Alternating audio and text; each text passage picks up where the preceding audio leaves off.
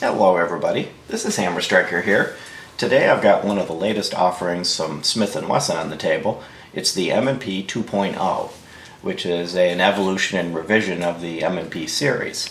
This particular one is chambered in 9mm, but the black ones are available in 9, 40, and 45 with or without a thumb safety.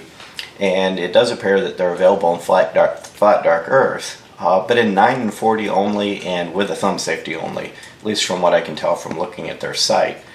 They may expand the line as time goes by. This is a fairly new pistol for them. So let me pick it up and show you a few things about it. First we'll start off with, of course we do have an unloaded gun. A few of the things that are on this gun as part of the evolution is a new texture.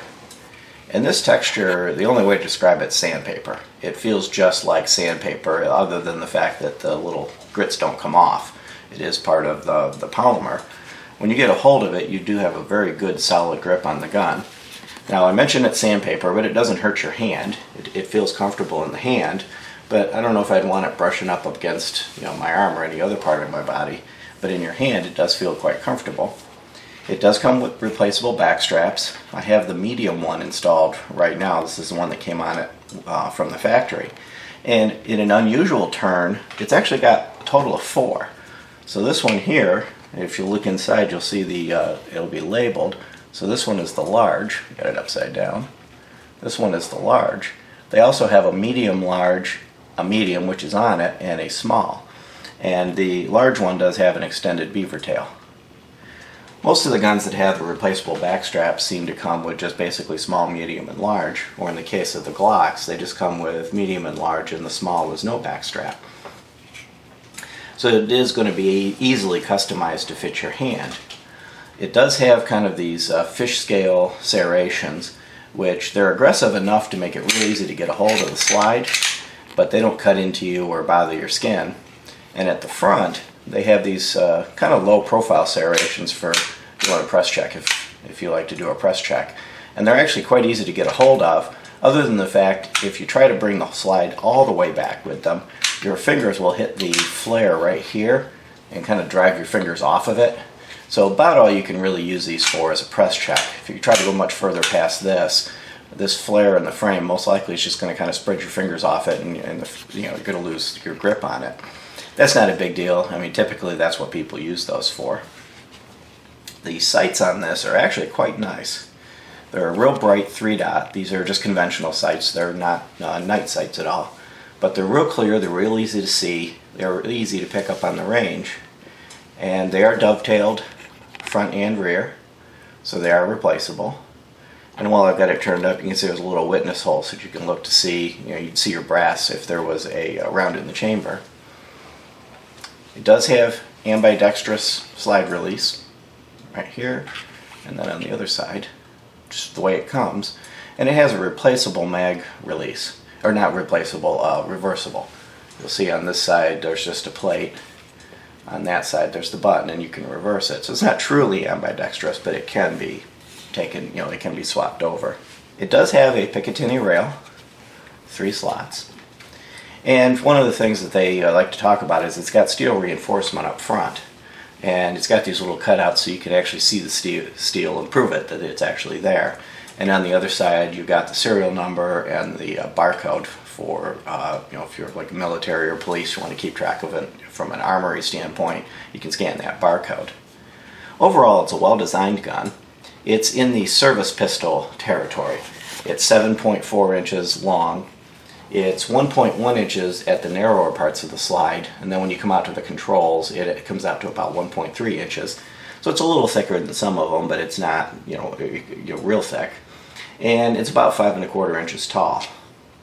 This little thing at the base is kind of a back of the magazine is actually a plug or a pin that you could remove. It's a tool that you can use to disassemble it. And also you can use it on the sear release, which I'll show you when I get to the part about taking it apart.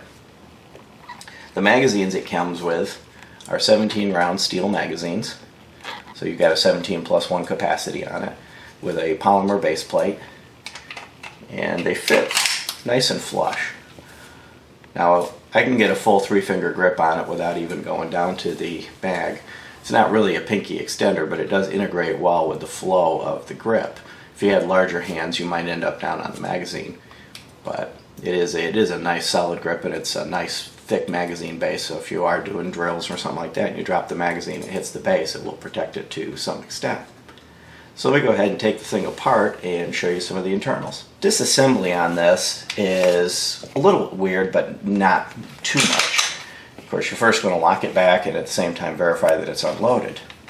Right inside the gun, right here, there is a yellow arm. It's kind of hard to see it under the ejector, but it's right here. And that's the sear release. Their recommended approach is to reach in with this tool and catch that and push it down, which can be a little bit difficult to do from the side. Of course, I'm trying to do it with it turned, and you push it down, you can see there's a gap, and that disengages the sear. It avoids the need to pull the trigger. You can also simply pull the trigger. So you got it locked back, you can release it to this point. If you didn't want to use that, at this point you could just pull the trigger, which would disengage the sear, and then the slide would just come right off. One thing I did forget to do is pull down on the disassembly lever. You pull the lever down. Now at this point, because I use the sear release, I can just slide the slide right off. So I've got the slide in my hand, and one of the things I notice in here is it's very well machined, it's very clean in here. There is the drop safety, so this is a drop safe weapon. Take out the guide rod. The guide rod is captive and steel, so it's a very nice guide rod. Pull out the barrel. Barrel's well machined, everything is smooth on it, no burrs or other marks, and it has a not really a polished guide feed ramp, but more of like a machine polished feed ramp. So there are some machining marks you can see, but it's very smooth, and we did find no feed issues or malfunctions with this gun. From the point we took it out of the box till the last round we fired, it did just work. So these have proven to be reliable not only in our hands, but in many other people's hands. So I'll set that aside and we'll show you the frame. On the frame, pretty standard for a polymer gun. You've got the slide guides at the back, sears in here. You can see that little arm for the sear disconnect, trigger bar. It's got a fairly robust locking block here, and then you've got the guides up front along the blocking block. And then in here you can see the little windows where the steel reinforcement is in place. Pretty typical polymer gun. No burrs, everything's nice and clean in here. And from what I found with every other part of this gun, it's a well done, a well machined and well assembled gun. Putting it back together is actually fairly easy. You set the frame aside to start with. We'll drop the barrel in place. Drop the guide rod in place. I've got an assembled slide, and I'm going to put that back onto the frame and lock it back. Now at this point, if you use the sear disconnect, you can reach up from underneath with the tool, and you'll see it kind of right there. You can reach up with the tool and push it. You can reach down in from here, catch it and pull it up, or you can simply insert a magazine and remove the magazine, and that'll drive it up as well.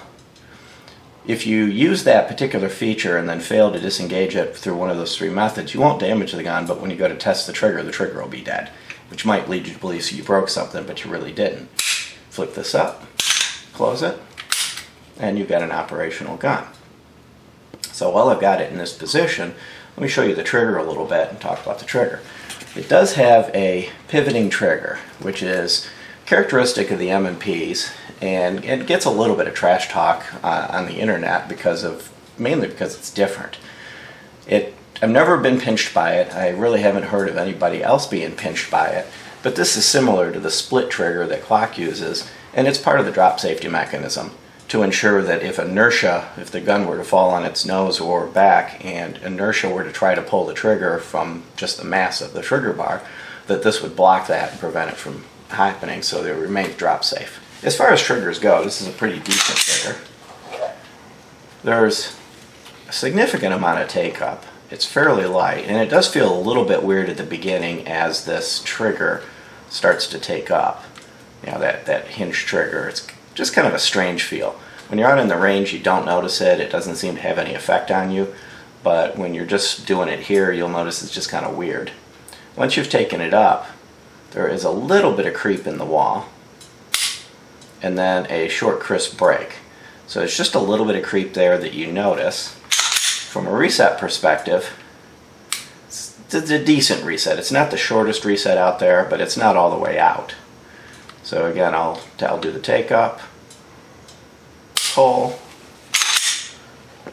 reset, and then a little bit of pull back to get back on the wall, and then a break.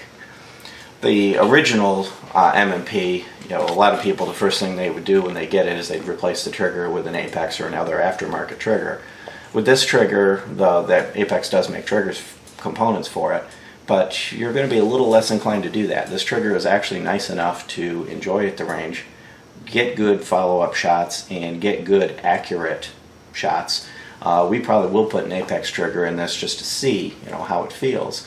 But on the original M&P, it was almost one of those things where you bought the gun, you bought the trigger, you put the trigger in, then you cleaned it oil and went to the range.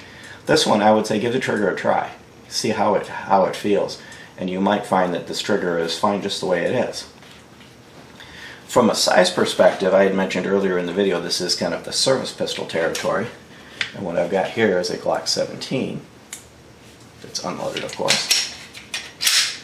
And I'll show you some size comparisons just so that you can see what the size of it is. So we'll start by putting them side by side, beaver tail to beaver tail. Get it in the field of view here.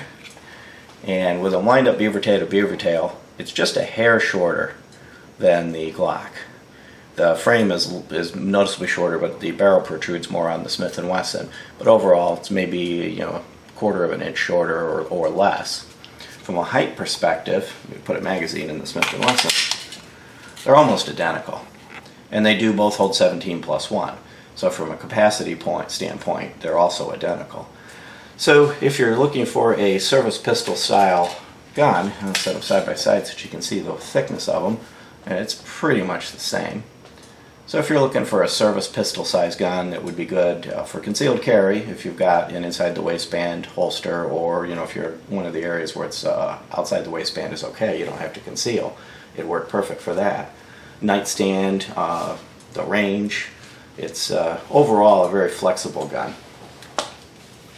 Let me set this Glock apart. It's not a Glock video, it's a Smith & Wesson video. Overall, our impression with this is it was a lot of fun to shoot. It was reliable. I do believe it's a gun that I could trust, you know, once I'd had enough rounds through it to have thoroughly tested it and carry it and actually rely on it. From a price standpoint, the MSRP is about $599. You won't pay that. You'll get them down in the $550, $500 territory. You know, if you look around, you'll end up spending about the same amount of money for this as you would a Glock. And I think you would get an equally good quality gun. And especially if you're not liking the grip angle of a Glock or some of the other characteristics, this might be a good alternative. So if you like our videos, please give us a thumbs up, share, subscribe, and have a great day. Thank you.